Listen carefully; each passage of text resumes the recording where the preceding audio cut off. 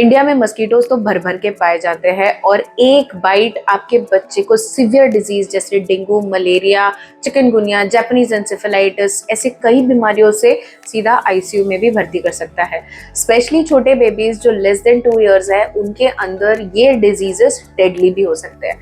इसलिए अपने बच्चे को सेव करना बहुत इंपॉर्टेंट है। इस वीडियो को एंड तक देखिए क्योंकि हम इसमें कुछ इंपॉर्टेंट पॉइंट्स कवर करने वाले हैं कि हम मस्कीटो से अपने बच्चे को कैसे बचा सकते हैं, कौन से मस्कीटो रेपेलेंट क्रीम्स हैं जो सेफ है, किस एज से ऐसे क्रीम्स को हम यूज कर सकते हैं और उसको कैसे अप्लाई करना है, क्या मस्कीटो कॉइल्स और लिक्विड वेपराइजर्स जो घर घर में प्रेजेंट होता है वो बच्चों के लिए सेफ है या नहीं। हेलो पेरेंट्स, मैं हूं डॉक्टर राजेश्वरी। मैं कंसल्टेंट पीडियाट्रिशियन एंड न्यूनेटोलॉजिस्ट हूं और एक बच्चे की माँ हूं। So let's start.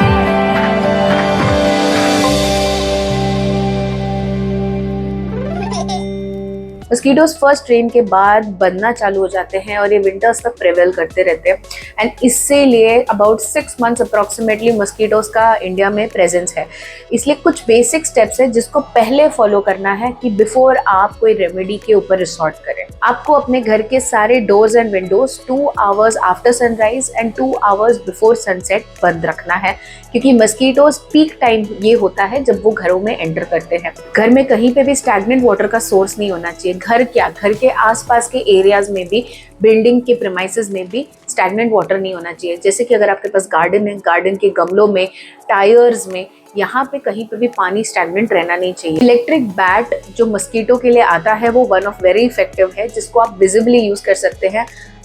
Very effective and very safe at all ages, इसीलिए इसका होना भी इम्पॉर्टेंट है। घर में अगर आप फिश पॉन्ड रखते हैं तो उसके अंदर कई बार आप लार्विसाइडल फिशेस को भी डाल सकते हैं जो मस्कीटो के लार्वे अगर ले हो जाते हैं तो उसको खा जाते हैं। होम के गार्डन में आप सर्टेन मस्कीटो रिपेलिंग प्लांट्स को भी ग्रो कर सकते हैं जैसे सिट्रोनेला, यूकेलिप्टस। इनको ग्रो करने से एंट्री ऑफ द मस्कीटोज बंद हो जाती है। 3 महीने से छोटे बेबीज के अंदर बहुत ही कम रेमेडीज होती है, प्राइमरीली बिकॉज इनकी स्किन डेलिकेट है, अभी भी मैच्योर नहीं है और इनके रेस्पिरेटरी सिस्टम भी अभी तक डेवलप नहीं हुए होते हैं एंड इसीलिए बहुत इंपॉर्टेंट है कि आप बैरियर मेथड को यूज करें। 3 महीने से छोटे बेबीज में mosquito repellent creams, vaporisers, mosquito coils ये बिल्कुल रेकमेंडेड नहीं होता। इसीलिए आपको बच्चे को प्रोटेक्टिव नेट के अंदर रखना है। आपको बच्चे के लिए मस्कीटो नेट्स यूज करने हैं ताकि वो सेफ रहे। उसके अलावा आप बेबी को फुल क्लोथिंग लाइट कलर की कर सकते हैं।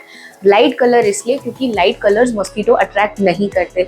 Dark colours usually easy to attract होता है फॉर मस्कीटोज। लाइट कलर्स की फुल स्लीव क्लोथिंग जहां भी पॉसिबल है बच्चे को वहां तक कर सके तो बेटर है। मस्कीटो रेपेलेंट क्रीम्स या मस्कीटो बाइट से बचाने वाले क्रीम ये बेबीज के ऊपर तभी यूज कर सकते हैं अगर आपका बच्चा 6 महीने से बड़ा है। 6 महीने के बाद बच्चे को नेट के अंदर रखना थोड़ा डिफिकल्ट हो जाता है क्योंकि बच्चा हर जगह पहुंचना चालू करता है, क्रॉल करना स्टार्ट हो जाता है एंड इसीलिए creams can be effective. DEET और DEB ये दोनों कंपाउंड्स होते हैं जो मस्कीटो से बचाते हैं, मस्कीटो बाइट से बचाते हैं। इस भी क्रीम में ये दोनों में से एक चीज प्रेजेंट है, वो बच्चे के लिए यूज की जा सकती है। इंडिया में मोस्ट कॉमन क्रीम्स ये हैं जो पाए जाते हैं और उनको यूज किया जा सकता है for babies above 6 months of age. Understand parents कि ये क्रीम की भी एक लाइफ शेल है, यानी कि अगर आप इसको लगाते हैं तो विद इन 2 to 5 आवर्स ही ये इफेक्टिव रहेगा। इसको लगाने के 5 आवर्स बाद ये क्रीम इफेक्टिव नहीं है, यानी ये री एप्लीकेशन मांगता है। रिमेंबर पेरेंट्स, इस क्रीम को आईज के आसपास या होठ के आसपास नहीं लगाना है। बच्चे के हैंड्स में यानी कि पाम्स एंड सोल्स पे नहीं लगाना है क्योंकि बच्चे हाथ पैर मुंह में डालते हैं और ये क्रीम अगेन एक तरह से बच्चे को पॉइजनस हो सकता है, इसलिए नहीं लगाना है। दूसरी थिंग कि जहां तक हो सके अगर आप अपने बच्चे को फुल क्लोथिंग करा रहे हैं, जैसे मान लीजिए आपने फुल स्लीव क्लोथ कर दिया है, तो ये क्रीम को बॉडी में लगाकर क्लोथिंग करने की जरूरत नहीं है। वहां ही यूज करना है इस क्रीम को जो एरियाज एक्सपोज्ड है, जहां भी जख्म है, वुंड है या कट्स है, वो एरियाज में भी इस क्रीम को नहीं लगाना है। सर्टेन एसेंशियल ऑयल जैसे सिट्रोनेला, लैवेंडर, यूकेलिप्टस ये भी मस्कीटो रेपेलिंग होते हैं एंड इसीलिए इनके प्लांट्स घर में उगा देना काफी हद तक बच्चे को प्रोटेक्शन प्रोवाइड कर सकता है। But also at the same time in essential oils के भी सर्टेन पैचेस या क्रीम्स आते हैं। पैचेस को लगाते वक्त आपको बहुत केयरफुल रहना है कि ये वहीं लगाएं जहाँ पे बच्चे का ध्यान ना जाए क्योंकि बच्चा इसको निकाल कर मुंह में डाल सकता है। So you have to avoid that. इसके जो क्रीम्स आते हैं वो more than 3 years of age के बेबीज को ही रिकमेंडेड होते हैं। ये एसेंशियल ऑयल्स की इफेक्टिवनेस मस्कीटो रेपेलिंग के लिए उतनी अच्छी नहीं है जितनी अच्छी जो DEB और DEET कंटेनिंग क्रीम्स में होती है। सो अगर आपको 100% इफेक्टिवनेस चाहिए तो वो बेटर ऑप्शन DEB या DEET कंटेनिंग क्रीम्स हैं। और ये जो एसेंशियल ऑयल्स हैं इसकी इफेक्टिविटी वेरी करती है, कितना देर टिकेगा कितना देर नहीं टिकेगा ये बहुत अनसर्टन रहता है। लिक्विड वेपोराइजर्स और mosquito coils are not recommended जब तक आपका बच्चा 4 या 5 साल का नहीं हो जाता। रीजन है स्मोक बच्चे के लंग्स के लिए अच्छे नहीं है। लिक्विड वेपोराइजर्स के साथ भी सेम कंसेप्ट है कि उसके जो वेपर्स हैं वो बेबी के लंग्स के लिए अच्छे नहीं है।